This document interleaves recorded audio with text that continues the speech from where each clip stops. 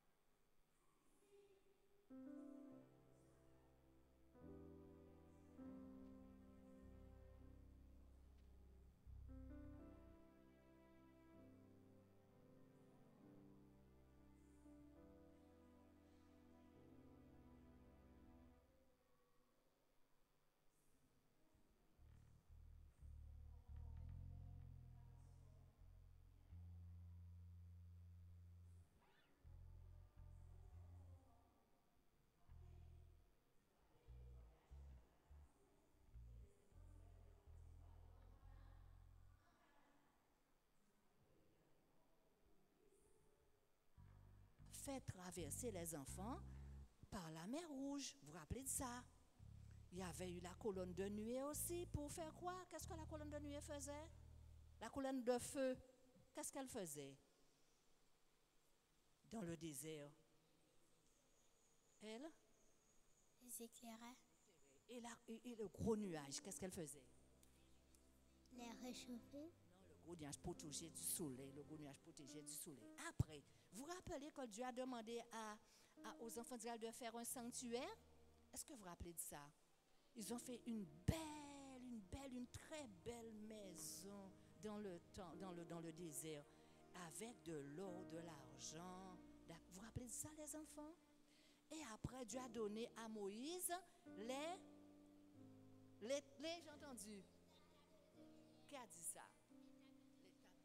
Les tables de pierre. Et c'était pourquoi il leur a donné les tables de pierre? Pour les 10 commandements. Les 10 commandements, c'était pourquoi? Pour apprendre à aimer Les autres. Et Dieu lui-même aussi, d'accord? Mais il y a eu aussi une petite révolte. Il y a eu Dathan, Corée, Abiram qui étaient fâchés, ils n'étaient pas contents. Ils disaient que c'était Moïse qui commandait, mais ils ont oublié que ce n'était pas Moïse qui commandait dans le désert, c'était Dieu qui commandait. Puis il y a eu, Dieu a pris soin des enfants d'Israël, il les a protégés, il leur a donné de l'eau à boire, de la nourriture, et puis quoi encore? Il les a protégés des serpents parce qu'il y avait des serpents brûlants dans le désert. Il y avait des scorpions, n'est-ce pas? Il a veillé sur ses enfants. Mais vous savez, il faut qu'ils entrent en Canaan, vous vous rappelez de ça? Et ils ne sont pas très très loin de la frontière. Ils doivent entrer en Canaan. Et alors Moïse va faire quelque chose. Moïse va demander aux enfants d'Israël, il va choisir 12 messieurs, 12 hommes. Et ces 12 hommes vont faire quelque chose. Ils vont partir, ils vont explorer le pays de Canaan avant d'entrer là-dedans. Qui est explorateur ici? Qu'est-ce que ça veut dire explorer? Explorer quelque part, qu'est-ce que ça veut dire? Regarder. Regarder, oui. Quoi donc? Observer. Observer. Et quoi donc encore? Découvrir. Découvrir, oui, mais ils n'ont pas fait qu'explorer, que regarder, que découvrir. Hein. Ils ont fait quelque chose. Comme il n'y avait pas de portable, il n'y avait pas d'appareil photo pour envoyer des photos, il n'y avait pas WhatsApp non plus, alors ils ont fait quelque chose. Ce qu'ils ont vu, ils ont regardé, ils ont ramené beaucoup de choses de la Canaan. Alors ils ont ramené des grenades. Vous connaissez des grenades? Vous ne connaissez pas ça, hein? Vous n'avez pas encore mangé? Non. Des gros. Tu as déjà mangé? Quel goût que ça? Il y a des graines à l'intérieur et c'est bon. Quelle couleur qu'elles sont? Rouge. Oui, elles sont roses. Alors ils ont ramené des grenades. Ils ont ramené aussi des... Vous connaissez les pommes? Ça a bon goût, hein? C'est bon, hein? Ah, c'est bien. D'accord. Ils ont ramené aussi des figues. Vous connaissez? Vous n'avez jamais encore mangé ça, hein? Tu as déjà mangé? D'accord. On achète ça au magasin. C'est très sucré, c'est très bon. Alors, ils ont ramené aussi une belle grappe, une grosse grappe de raisin. Mais elle était tellement grosse, la grappe, qu'il fallait la porter à deux. Alors, il y avait un monsieur devant, un monsieur derrière, et il portait la grappe à deux, tellement que la grappe était grosse. Ah, dans le pays de Canaan, il y avait de belles et de bonnes choses. Ils ont ramené tout ça pour les enfants d'Israël dans le désert. Et puis, ils ont raconté ce qu'ils ont vu, comment étaient les messieurs dans la Canaan. Et à la vérité, c'était un bon pays que le Seigneur voulait, dans lequel il voulait qu'ils entrent. Mais nous aussi, les enfants, le Seigneur nous a préparé un beau pays. Un très, très, très beau pays. Mais nous allons lire ça dans le livre de l'Apocalypse. Dans le livre de l'Apocalypse, versets 10 à 12 au chapitre 21, Dieu nous a préparé quelque chose. Écoutez les enfants, écoutez. Et il me transporta en esprit sous une grande et haute montagne, Et il me montra la ville sainte, Jérusalem, qui descendait du ciel d'auprès de Dieu, ayant la gloire de Dieu. Son éclat était semblable à celui des pierres précieuses, d'une pierre de jaspe transparente comme du cristal. Elle avait de grandes et hautes murailles. Elle avait 12 portes, et sous les portes, 12 anges. Et des noms étaient écrits, ceux des 12 tribus d'Israël. J'ai oublié de vous dire que les 12 messieurs, c'était un chef de chaque tribu. Il y avait un chef pour Juda, un chef pour Lévi, un chef pour Issachar, un chef pour Zabulon, un chef pour Dan, un chef pour Azer. Enfin, il y avait 12 chefs des enfants d'Israël qui avaient été explorer leur pays. Maintenant que Dieu nous a préparé une très belle cité, il nous a préparé une place. Vous savez que nous avons une place que Dieu a décidé de préparer pour nous? Oui? Vous savez cela, les enfants? Vous n'avez pas oublié.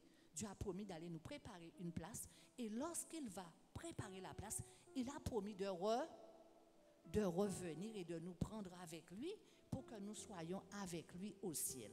Maintenant, qu'est-ce que nous allons faire? Est-ce que vous voulez aller dans la belle cité que Dieu a préparée, les enfants? Vous voulez y aller? Eh bien, nous allons prier Dieu, nous allons lui demander quelque chose. D'accord? Nous allons lui demander de nous préparer pour que nous puissions aller dans la belle cité qu'il nous a préparée. Nous allons nous mettre à genoux. Ah, j'ai oublié de vous faire répéter. Attendez, j'ai oublié de vous faire répéter le verset qui dit, dans Apocalypse 22, verset 2, répétez après moi les enfants. Il y a un arbre de vie produisant 12 fois, rendant son fruit chaque mois, et dans les feuilles serviront à la guérison des nations. Voilà, nous allons nous mettre à genoux et nous allons prier Dieu. Voilà. Attendez les enfants. Et vous allez répéter après moi. Ça te mettre à genoux, ma pupille? Bien, ma chérie. Bien, on ferme les yeux, on joint les mains, les enfants. Une attitude respectueuse devant le Seigneur. On ferme les yeux, on joint les mains. On se redresse. Allez, on répète après moi. Notre Père qui est aux cieux. Notre Père qui est aux cieux, Nous te remercions nous te remercions pour la belle cité pour la belle cité que tu as préparée pour nous. que tu as préparé pour pour nous. nous. Nous voulons y être. Et nous te demandons Nous te demandons de nous aider à obéir, de nous aider à à obéir, te faire confiance, à te faire confiance, à nous préparer pour ton retour. nous préparer pour ton retour. Nous t'avons prié Nous t'avons prié dans le nom de Jésus. dans le nom de Jésus. Amen. Amen. Alors, je vais vous remettre des versets à réciter, les enfants. Attendez, asseyez-vous encore. J'ai des versets à vous remettre. À apprendre.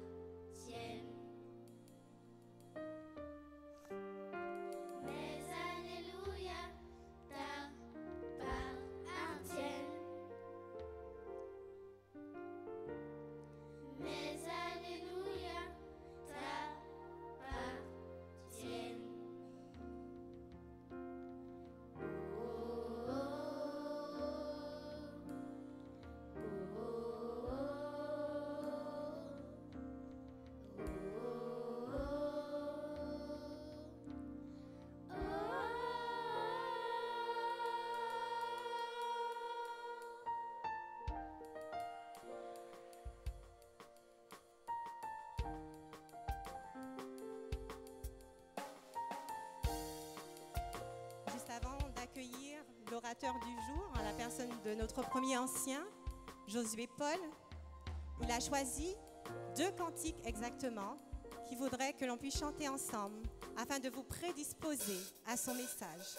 Le premier cantique se trouve au numéro 131, le deuxième au 399. Nous chanterons à chaque fois le premier et le 4e couplet de ces 2 cantiques.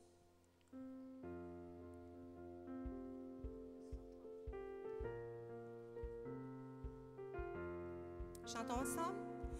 Rends-toi maître de nos âmes, Esprit Saint, Esprit d'amour, viens de tes divines flammes, nous embraser en ce jour. Oh, viens, Esprit de Dieu, fais-nous sentir ta présence, revêt-nous de ta puissance et baptise-nous de feu, Esprit de Dieu, baptise-nous de feu. 4e, bien. Vie et de gloire, conduis-nous de jour en jour et de victoire en victoire jusqu'au céleste séjour. Oh, viens, Esprit de Dieu, fais-nous sentir ta présence, revêt-nous de ta puissance et baptise-nous de feu, Esprit de Dieu, baptise-nous de feu. Est-ce que tu connais un pays comme celui où Jésus nous convie? Connais-tu un tel pays? Je ne pense pas. À part celui-là, il n'y en a pas d'autre, où il n'y a plus de larmes, plus de guerre, où il n'y a que la paix, en présence de Jésus. Je connais un pays par-delà le ciel bleu. 1er, 4e couplet.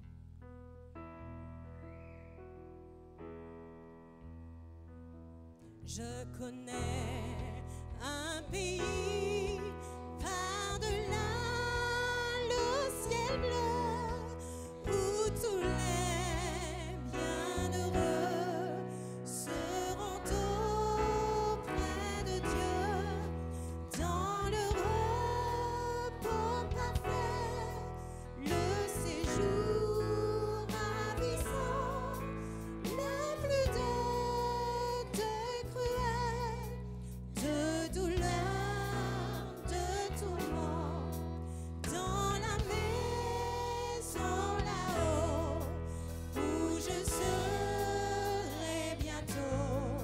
Rien ne troublera plus le bonheur des élus.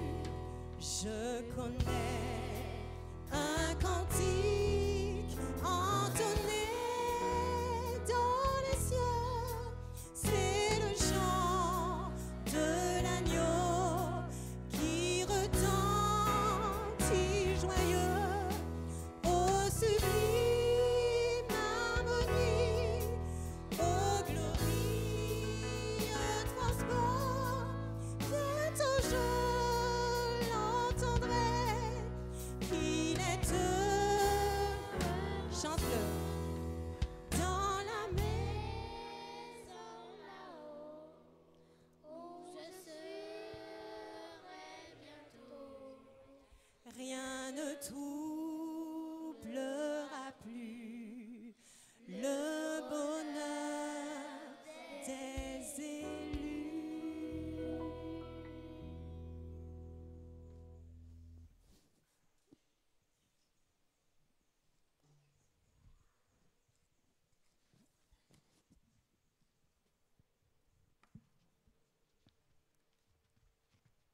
Bonjour, chers frères et sœurs, amis visiteurs. Vous allez bien? Vous allez bien? Après 2 sabbats hors de nos murs. Nous étions ces derniers temps à l'église des Amandiers. Nous voici maintenant présents ici à l'église de Salem. Et le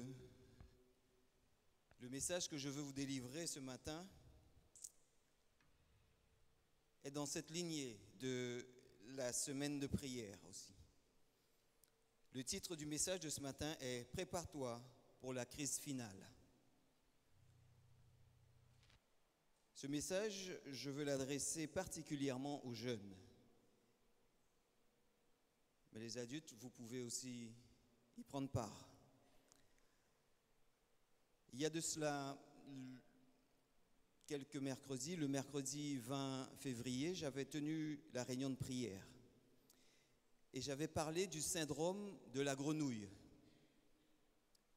Et le syndrome de la grenouille,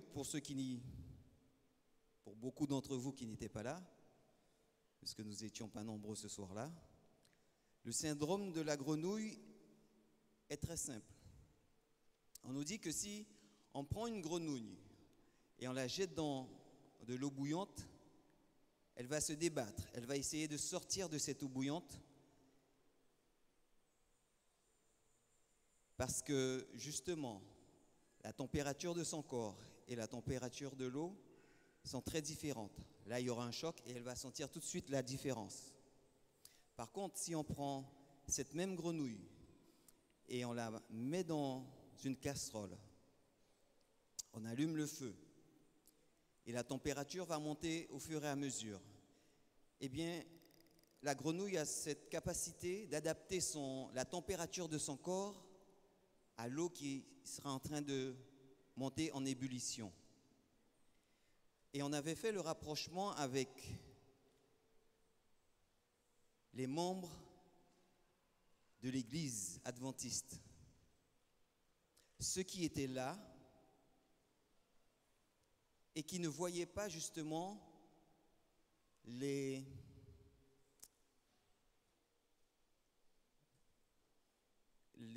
manifestations du retour de Jésus. Ils étaient dans ce monde, ils sont dans ce monde et ils sont là, ils s'accoutument avec les pratiques du monde tout en venant à l'église.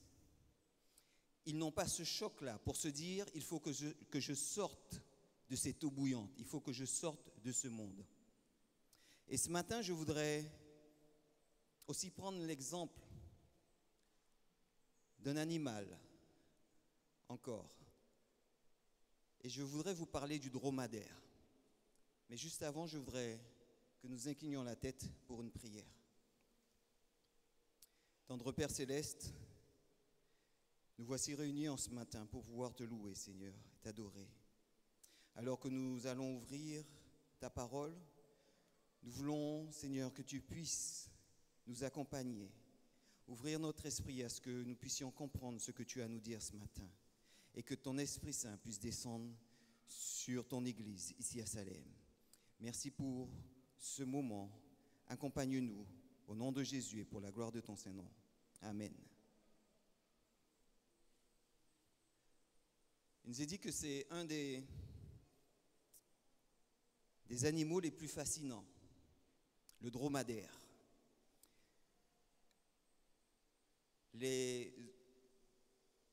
scientifiques, les zoologues disent que normalement un dromadaire à l'âge adulte pèse environ 300 kilos. Ce dromadaire, il est capable de porter une charge de 250 kilos. Il est capable aussi d'affronter des températures de plus de 45 degrés dans le désert. Et il est capable aussi de ne pas manger et de ne pas boire pendant 6 semaines. Extraordinaire, n'est-ce pas? Comment un dromadaire peut-il porter 250 kilos alors que lui, il pèse 300 kilos? Comment il peut faire pour affronter ces températures aussi élevées dans le désert? et comment il fait pour passer 6 semaines dans le désert sans boire et sans manger? Eh bien, la réponse est simple. Le dromadaire, quand il est dans l'oasis, par exemple, il sait qu'il y aura une crise. Il sait qu'il devra aller dans le désert. Donc, il mange, il boit, il se prépare à affronter cette crise. Il sait que quand on va le charger de 250 kilos, il sera parti pour un long moment. Donc il n'attend pas le dernier moment pour pouvoir manger et boire. Il se prépare à l'avance. Mais si je pose la question aux enfants, en voyant l'image, qu'est-ce qui caractérise le dromadaire? Il a une bosse. C'est comme le chameau. Le chameau en a 2. Eh bien, beaucoup de personnes pensent que dans cette bosse, il y a de l'eau. Mais ce n'est pas cela. En fait, cette bosse est remplie de graisse. Et cette graisse va permettre au dromadaire de tenir dans des situations difficiles. Dans cette bosse, il y a de la graisse, mais aussi il y a des tissus qui vont absorber toute l'eau que le dromadaire va boire.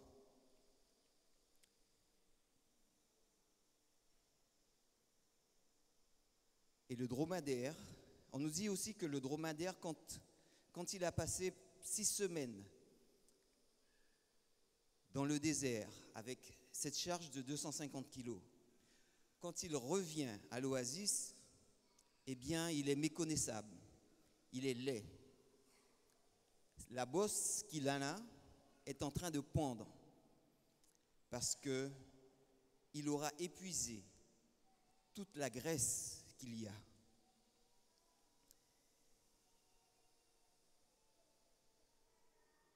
Quand le dromadaire arrive à l'oasis, eh bien, il ne va pas perdre de temps à se reposer.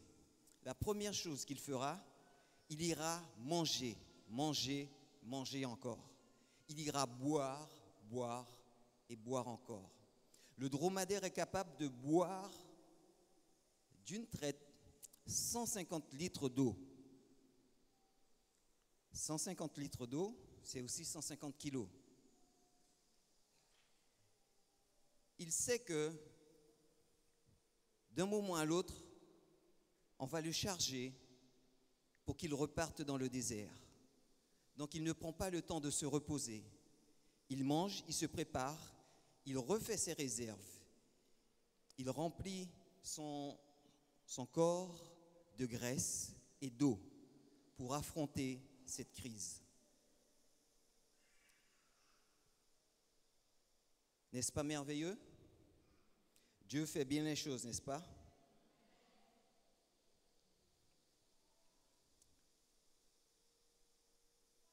Lorsque le dromadaire est tellement bien fait qu'il a beaucoup de graisse. Dans son corps, il est entouré de graisse. Et lorsque la température extérieure va augmenter, eh bien, il fera comme la grenouille. Il va augmenter aussi sa température, ce qui fait qu'il ne transpirera presque pas.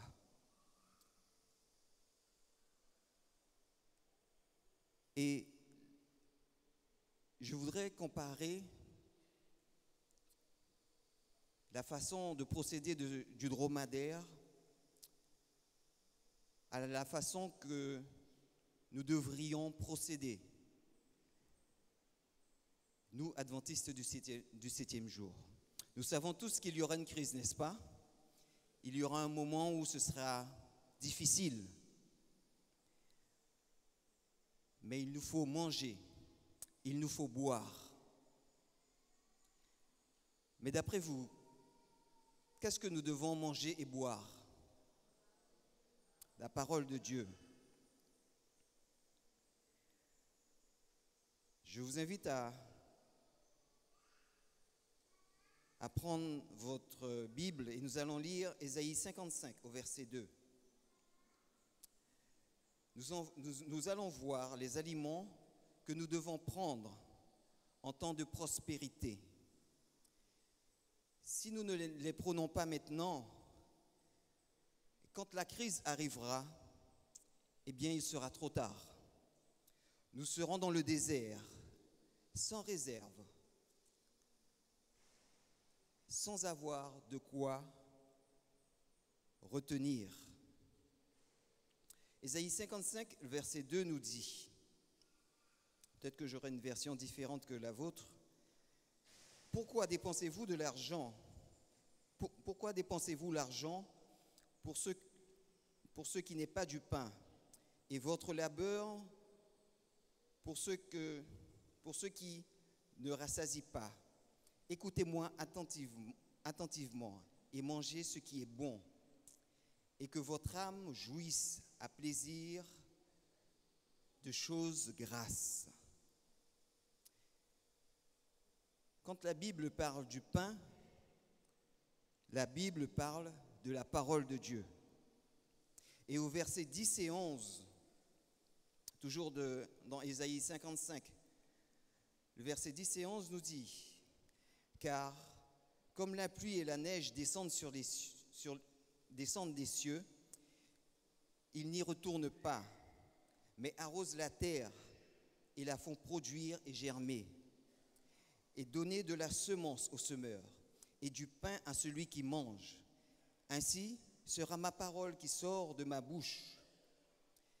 Elle ne reviendra pas à moi sans effet, mais fera ce qui est en mon plaisir et accomplira ce pourquoi je l'ai envoyé. » En d'autres termes, le pain est comparé à la parole de Dieu. Et maintenant, qu'est-ce que nous devons boire, selon vous? Si le pain, c'est la parole de Dieu, qu'est-ce que nous devons boire? Alors, je vous invite à prendre 1 Corinthiens 12, au verset 13. 1 Corinthiens 12, verset 13. Et nous allons voir ce que nous devons boire.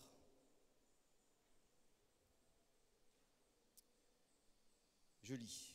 « Nous avons tous, en effet, été baptisés dans un seul esprit pour former un seul corps, soit juif, soit grec, soit esclave, soit libre. Et nous avons été abreuvés d'un seul esprit. » Et là, ce que nous devons boire, c'est le Saint-Esprit. C'est-à-dire que dans les temps dans lesquels nous vivons, nous devons faire comme le dromadaire. Nous devons manger la parole de Dieu. Nous devons la creuser. Nous devons la méditer. Nous devons l'étudier. Nous devons la retenir. Nous devons la mettre en réserve. Parce que quand la crise arrivera, nous n'aurons plus le temps de faire cela. Nous n'aurons plus le temps d'amasser toutes ces réserves. Il sera trop tard.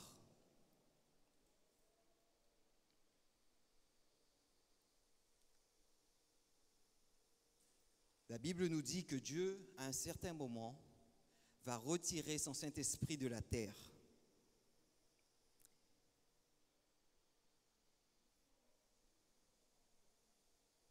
Nous allons lire ce que la parole de Dieu nous dit. Nous avons lu le texte de base qui était dans Amos 8, le verset 11 et 12. Mais tout d'abord, je voudrais vous poser une question. Sommes-nous prêts à affronter cette crise?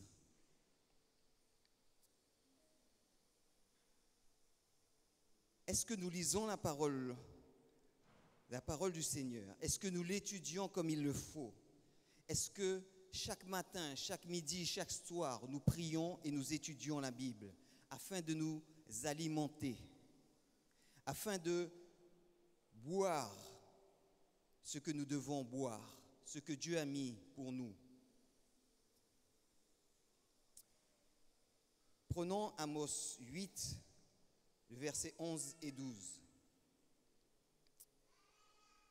Voici les jours viennent, dit le Seigneur, l'Éternel, où j'enverrai la famine dans le pays, non pas la disette du pain et la soif de l'eau, mais la faim et la soif d'entendre la parole de l'Éternel. Ils seront alors errants d'une mer à l'autre, du septentrion à l'Orient. Ils iront ça et là pour chercher la parole de l'Éternel, et ils ne la trouveront pas.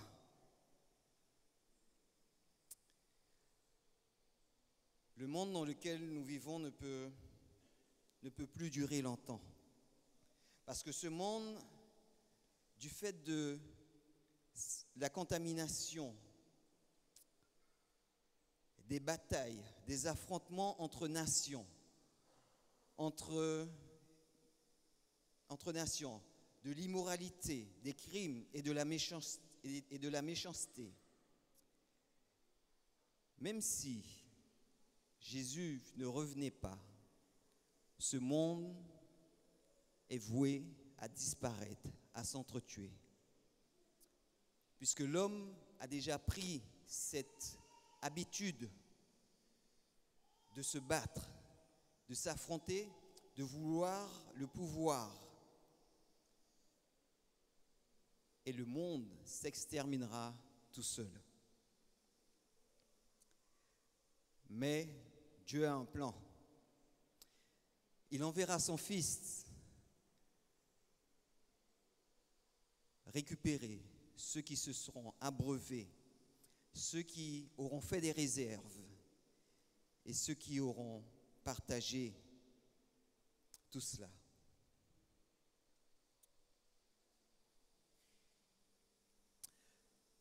Parce que lorsque nous serons dans le désert, il n'y aura ni aliment ni eau. Il n'y aura plus le Saint-Esprit, parce qu'il aura été retiré de la terre. Voici, les jours viennent, dit le Seigneur, l'Éternel, où j'enverrai la famine dans le pays, non pas la disette du pain et la soif de l'eau, mais la faim et la soif d'entendre la parole de Dieu. Dieu nous dit qu'il y aura une époque où il y aura une famine sur la terre et les gens auront terriblement faim. Il y aura une famine, une sécheresse. Et Dieu prononce ces mots sombres. Ils seront alors errants d'une mer à l'autre. Alors tous les dromadaires spirituels qui ne se seront pas préparés, ceux qui préfèrent regarder la télévision ou qui préfèrent lire des romans ou qui préfèrent encore se divertir, qui préfèrent faire toute autre chose que de se préparer pour la crise, pensant qu'ils ont encore le temps de se préparer. Quand la sécheresse arrivera, le Saint-Esprit aussi sera retiré et il y aura famine dans le monde. Et il sera trop tard parce que la porte de la grâce sera fermée. Ils seront alors errants d'une mer à l'autre, du septentrion à l'Orient. Ils iront ça et là pour chercher la parole de l'Éternel et ils ne la trouveront point. Chers jeunes, vous avez, pendant la semaine de prière, sûrement pris des engagements envers Dieu. Dieu vous a appelé à consacrer votre vie à Jésus. Il vous a appelé à donner votre vie. Il vous a peut-être appelé à lui donner votre vie pour la première fois, car il sait que les temps difficiles viennent et il sera impossible à l'homme de se préparer pour la venue du Seigneur Jésus-Christ. Le moment vient où nous ne pourrons plus étudier la parole de Dieu, un moment où nous ne pourrons plus recevoir le Saint-Esprit.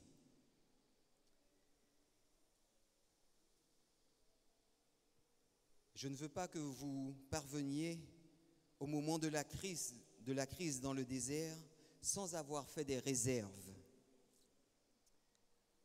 de ce dont vous aurez besoin pour traverser ce moment terrible, sans avoir fait des réserves que Dieu nous a données, afin que nous soyons prêts.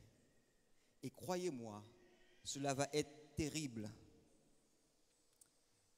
Et la sœur White nous dit dans Tragédie des siècles, si vous voulez avoir une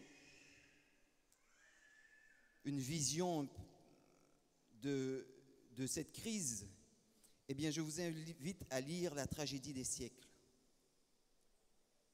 La sœur White nous dit que nous ne pouvons même pas imaginer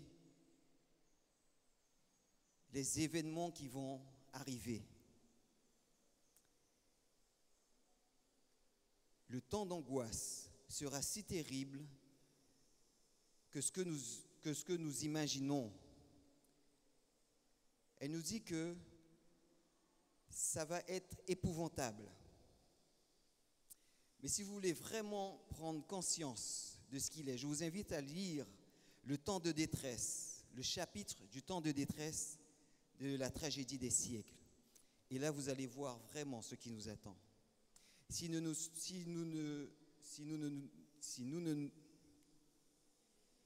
ne sommes pas prêts, excusez-moi, si nous ne sommes pas prêts, si nous ne sommes pas préparés à ces épreuves, eh bien ce sera difficile. Elle nous dit que des familles, il y aura des crises dans des familles.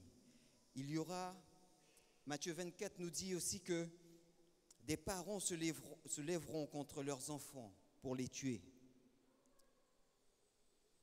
Et aujourd'hui, cela n'est pas encore arrivé. La Bible dit que c'est un temps de détresse, comme il n'y en a jamais eu. Et la seule espérance de résister à cette crise est d'étudier maintenant la parole de Dieu, en l'assimilant, en la retenant. La seule façon de surmonter cette crise qui va s'abattre sur le monde est de boire l'eau du Saint-Esprit. Chaque jour, en priant pour que l'Esprit de Dieu pénètre en nous et qu'il nous purifie, et en retenant l'Esprit en nous, afin que lorsqu'il se retirera,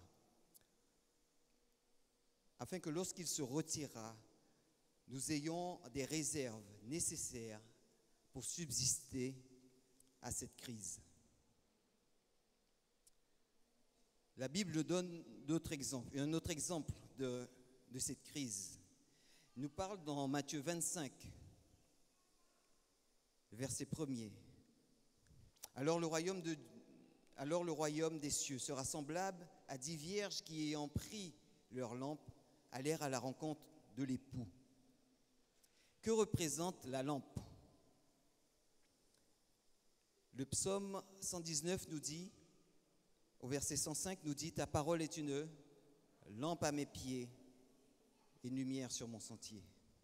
Voilà la nourriture du dromadaire. Ta parole est une lampe à mes pieds. » En d'autres termes, la lampe représente ici la parole de Dieu. Et au temps biblique, comme il n'y avait pas d'électricité, on utilisait la lampe pour donner de la lumière. Et pour alimenter cette lumière, il fallait avoir de l'huile. Et que représente l'huile? Vous voyez que là aussi, on a des similitudes entre le dromadaire et les 10 vierges. On nous parle là aussi de réserve.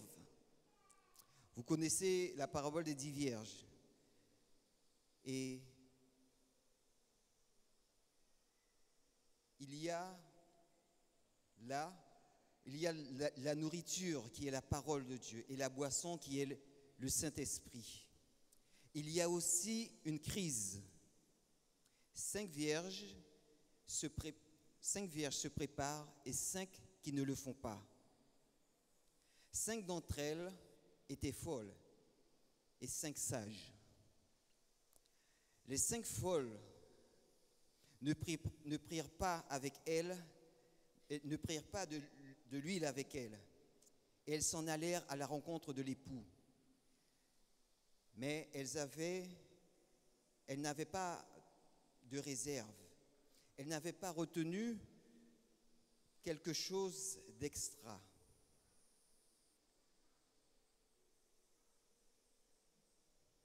Elles n'avaient pas retenu quelque chose d'extra au moment de la prospérité.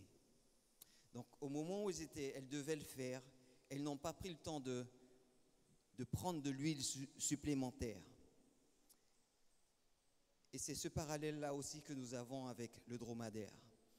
Si vous vous rappelez bien, le dromadaire, quand il arrive à l'oasis, il ne perd pas de temps à se reposer. Tout de suite, il va manger, il va amasser encore des réserves, il va refaire ses réserves, il va boire, il va manger. Et pendant qu'il est encore temps, nous, adventistes du 6e jour, nous devons amasser des réserves. Pour conclure, je voudrais vous faire part d'un échange qu'il y a eu avec un pasteur et un jeune. Et il y a un jeune qui demande au pasteur, quelle est l'arme la plus puissante contre la tentation? Et le pasteur qui répond, il y en a beaucoup. La prière, l'étude de la parole de Dieu, aller à l'église, lire les bons livres.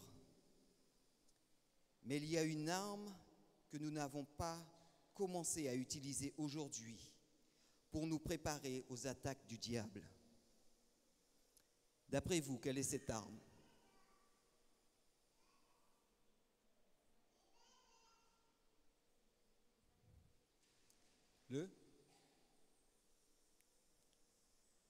Cette arme, c'est le chant. Cette arme, c'est le chant. Imaginez-vous que lorsque vous avez une tentation, par exemple, vous marchez en direction d'un lieu que vous ne devez pas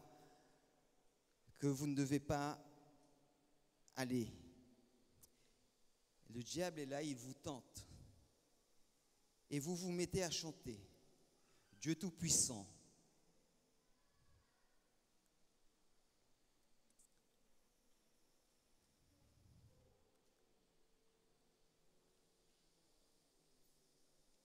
Vous vous mettez à chanter Dieu Tout-Puissant.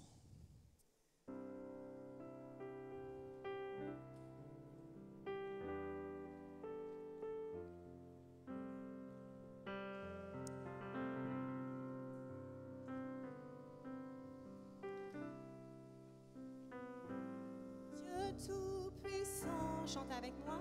Quand mon cœur considère tout l'univers rêvé par ton pouvoir, le ciel d'azur, les éclairs, le tonnerre, le clair matin ou les ombres du soir.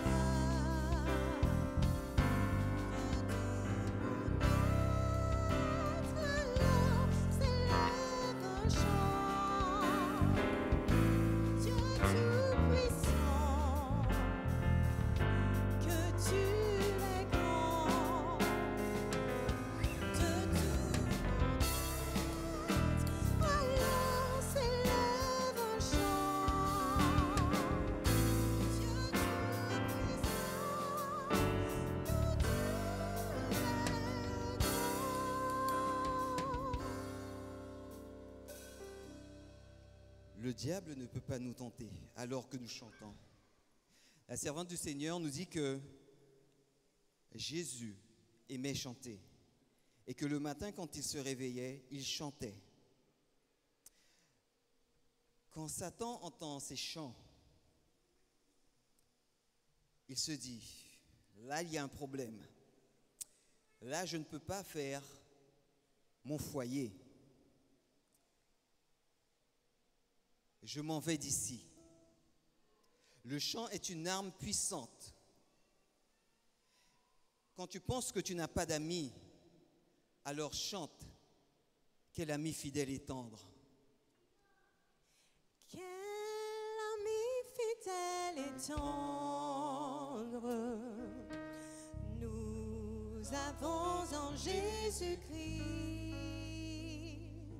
toujours prêt à nous entendre, répondre à notre cri. Il connaît nos défaillances, nos chutes de chaque jour, sévèrement ses exigences, il est riche en son amour.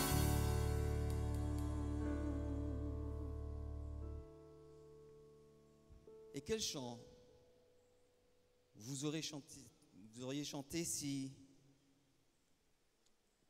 vous êtes fatigué? Quel chant vous auriez chanté si vous êtes fatigué? Moi, j'aurais chanté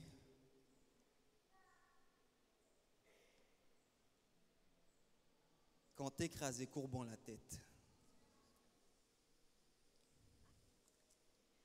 Quand écrasé, courbant la tête, tu te nourris de tes malheurs,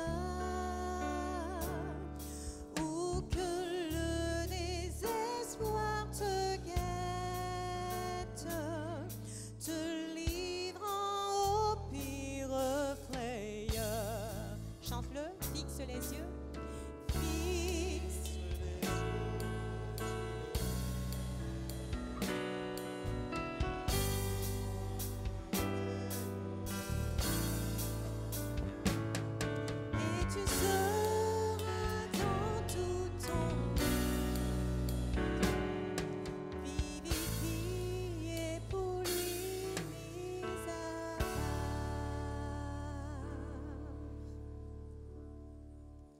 Frères et sœurs, amis, je vous encourage, quand la tentation surgit, à chanter, à lire la Bible, à prier, à sortir en travail missionnaire, au lieu de perdre notre temps avec les choses du diable. Chers jeunes, chers amis, préparons-nous pour la crise. Imitons le dromadaire, faisons des réserves en mangeant et en buvant la parole de Dieu et l'Esprit de Dieu. Et retenons ce que nous avons, afin que personne ne nous prenne notre couronne. Amen. Amen. Je voudrais vous inviter à incliner la tête pour une prière. Père Céleste, ce matin, tu nous as mis en garde au sujet de la terrible crise qui se prépare dans ce monde. Et je veux te demander une bénédiction spéciale. Une bénédiction spéciale, Seigneur, pour chaque jeune, pour chaque adulte, pour chaque ami qui nous visite ce matin, afin qu'il trouve la force et le temps de se préparer, afin que, quand cette crise arrive, que nous soyons prêts et que nous ne soyons pas à errer d'une mer à l'autre, du septentrion à l'Orient, parce que tu nous dis dans ta parole qu'à ce moment-là, ton esprit sera enlevé de cette terre et que la crise arrive au moment où nous voudrons trouver ce message, ta parole. Eh bien, dans ta parole, tu nous dis qu'il sera trop tard. Puisses-tu nous aider à nous renforcer, à nous améliorer encore chaque jour, afin que ton Église puisse être plus forte et préparée à ton retour et à cette crise finale. Puisses-tu nous aider à faire cette différence, comme la grenouille, entre la différence de température qu'il y a eu, que nous puissions être comme ce dromadaire, à faire des réserves, afin que nous puissions être prêts lors de ton retour. Nous voulons, Seigneur, te présenter cette Église tout entière. Et nous voulons, Seigneur, que ton Esprit Saint puisse rester en nous tout au long de cette journée de sabbat et tout au long du reste de notre vie. Au nom de Jésus, ton Fils, et pour la gloire de ton Saint-Nom. Amen.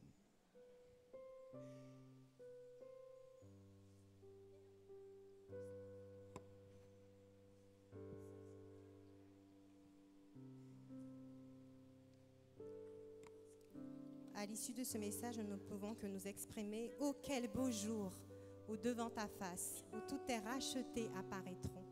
Je vous invite à vous tenir debout et nous chanterons ce cantique inscrit au numéro 504 pour clore ce service.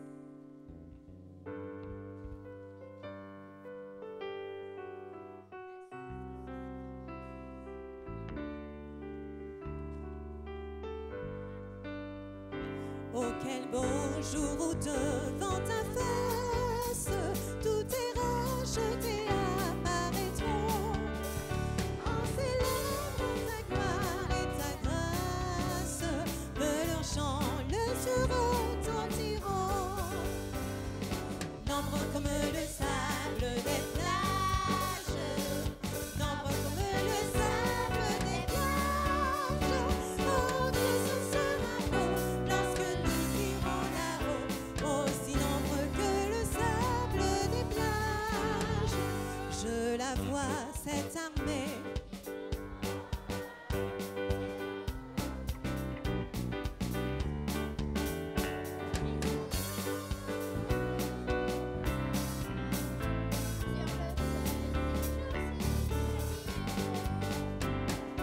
Nombreux comme le sable des plages, nombreux comme le sable des plages.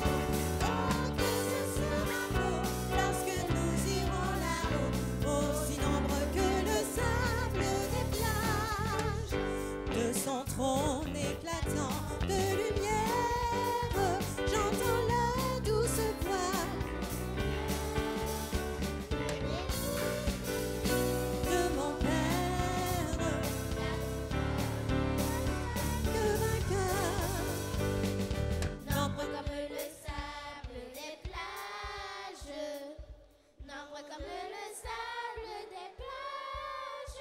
Oh, que ce sera beau lorsque nous irons là-haut, aussi nombreux que le sable des plages. Puis au sein du vaste océan d'anges, nos cohortes réversent leurs flots. L'univers tremble au son des louanges. Plus de pleurs,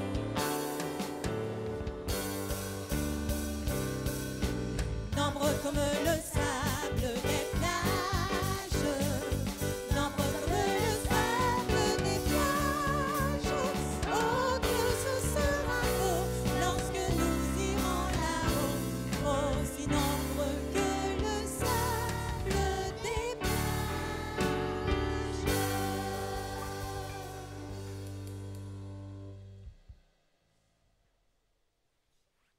le Dieu de paix,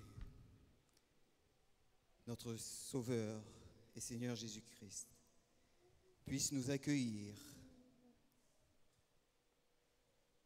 aussi nombreux que le sable des plages. Parce que nous aurons eu le temps de nous préparer. Nous aurons eu le temps de passer des moments à tes pieds, Jésus. Nous voulons, Seigneur, que tu puisses nous aider, nous encourager encore à faire ces réserves que tu nous demandes, afin que lors de ce moment difficile, que nous soyons armés et que nous puissions passer cette épreuve afin de te rejoindre dans les parvis célestes. C'est la grâce que nous te demandons. Au nom de Jésus. Amen.